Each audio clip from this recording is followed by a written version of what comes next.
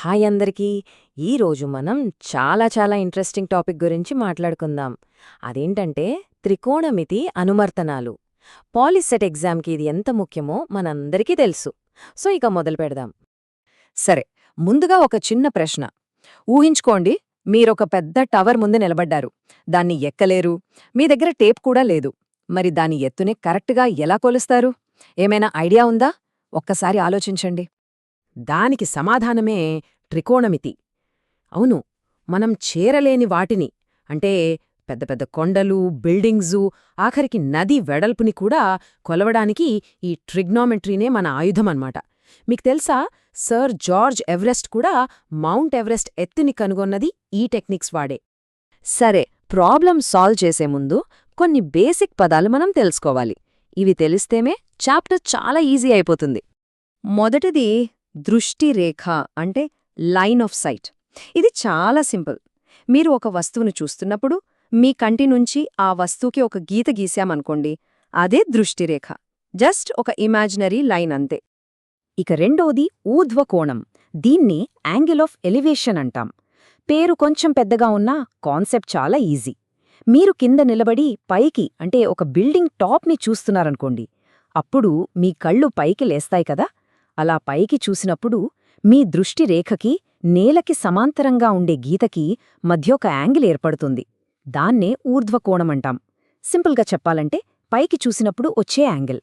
ఇప్పుడు ఈ బొమ్మ చూడండి, మీకు క్లియర్గా అర్థమవుతుంది. కింద ఉన్నది హారిజాంటల్ లైన్, పైకి వెళ్తున్నదేమో మన లైన్ ఆఫ్ సైట్.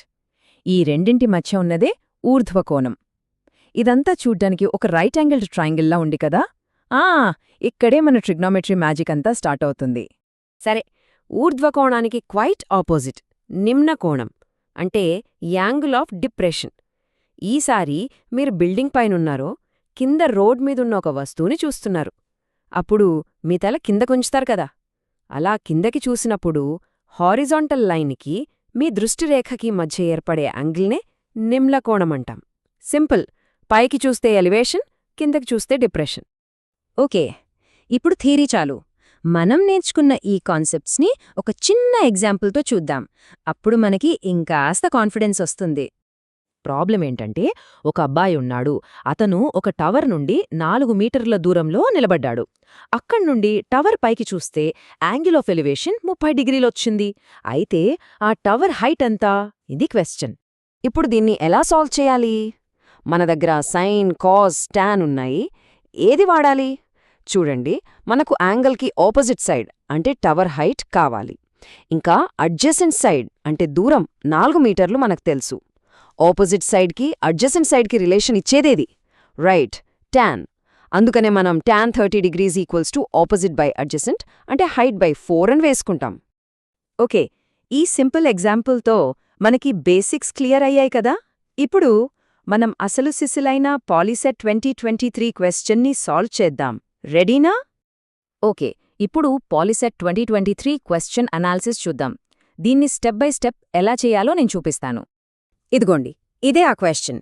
పాలిసెట్ 2023లో వచ్చింది. జాగ్రత్తగా వినండి. 2 టవర్లున్నాయట. వాటి హైట్స్ h1, h2. ఆ రెండింటి పాదాలని కలిపే లైనుంది కదా, దాని మధ్యలో ఎగ్జాక్ట్గా మిడ్ పాయింట్ దగ్గర నిలబడి చూస్తే మొదటి టవర్ టాప్ 60 డిగ్రీల యాంగిల్లో కనపడింది.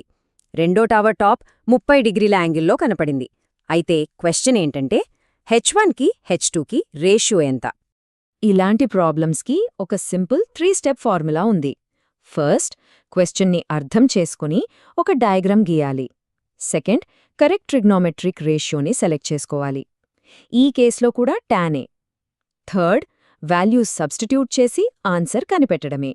ఓకే, ఫస్ట్ టవర్ సంగతి చూద్దాం. ఆ మిడ్ పాయింట్ నుంచి టవర్కి ఉన్న దూరాన్ని మనం ఎక్స్ అనుకుందాం. యాంగిల్ ఎంత? 60 డిగ్రీలు. మనకు తెలిసిన ఫార్ములా ప్రకారం tan 60 degrees is equal to opposite side, అంటే h1, divided by adjacent side, అంటే x. దీని నుంచి మనకు h1 is equal to x into tan 60 degrees వస్తుంది. దీన్ని పక్కన పెట్టుకుందాం. ఇప్పుడు రెండో టవర్ దగ్గరకొద్దాం. మనం చూస్తున్నది మిడ్ పాయింట్ నుంచే కాబట్టి ఈ టవర్కి కూడా దూరం ఎక్సే అవుతుంది. ఇది చాలా ఇంపార్టెంట్ పాయింట్. ఇక్కడ యాంగిల్ 30 డిగ్రీలు. సో మళ్ళీ అదే formula. tan 30 degrees equals to h2/x. దీని నుంచి h2 x into tan 30 degrees. ఇప్పుడు మన దగ్గర h1, h2 రెండు ఉన్నాయి. ఇప్పుడు చూడండి అసలు మజా. మనల్ని అడిగింది h1:h2 రేషియో, అంటే h1/h2. మనం కనిపెట్టిన ఈక్వేషన్స్ని డివైడ్ చేద్దాం. x into tan 60 degrees divided by x into tan 30 degrees. ఇక్కడ ఒక మ్యాజిక్ జరుగుతుంది. పైనున్న x, కిందున్న x రెండూ క్యాన్సిల్ అయిపోతాయి. చూసారా? ఆ దూరం x ఎంత అనేది మనకు తెలియకపోయినా సరే ఆన్సర్ వచ్చేస్తుంది. అదే ట్రిగ్నామెట్రీ పవర్. ఓకే, x పోయింది. ఇక మిగిలింది tan 60 degrees by tan 30 degrees. మనకు tan 60 degrees వాల్యూ √3 అని తెలుసు. tan 30 degrees వాల్యూ 1/√3 అని కూడా తెలుసు.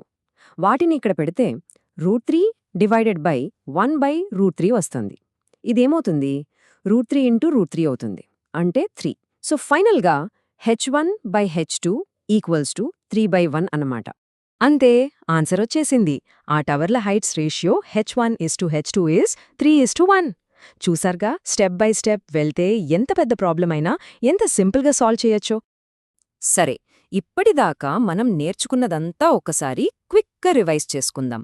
ఎగ్జామ్లో సక్సెస్ అవ్వడానికి మీ ప్లాన్ ఎలా ఉండాలంటే, ఈ 4 స్టెప్ ప్లాన్ గుర్తుపెట్టుకోండి. ఫస్ట్, ఊహించండి, అంటే ఖచ్చితంగా డయాగ్రమ్ గీయండి. సెకండ్, గుర్తించండి, అంటే ఏవి ఇచ్చారు, ఏం కనుక్కోవాలి అని లిస్ట్ చేసుకోండి. థర్డ్, ఎంచుకోండి. ప్రాబ్లంకి తగ్గట్టు సైన్, కాస్ లేదా టాన్లలో ఏది కరెక్టో సెలెక్ట్ చేసుకోండి. ఫోర్త్, సాధించండి. వాల్యూస్ పెట్టి కేర్ఫుల్గా క్యాల్కులేట్ చేయండి. ఈ ప్లాన్ ఫాలో అయితే ఏ ప్రాబ్లం అయినా ఈజీనే. ఓకే, ఈ సెషన్ ముగించే ముందు మీకోసం ఒక చిన్న ఛాలెంజ్. ఇదే టెక్నిక్స్ ఉపయోగించి ఒక నదిని దాటకుండా ఒక ఒడ్డున నుంచొని దాని వెడల్పుని ఎలా కొలుస్తారు ఆలోచించండి. నెక్స్ట్ సెషన్లో మళ్ళీ కలుద్దాం.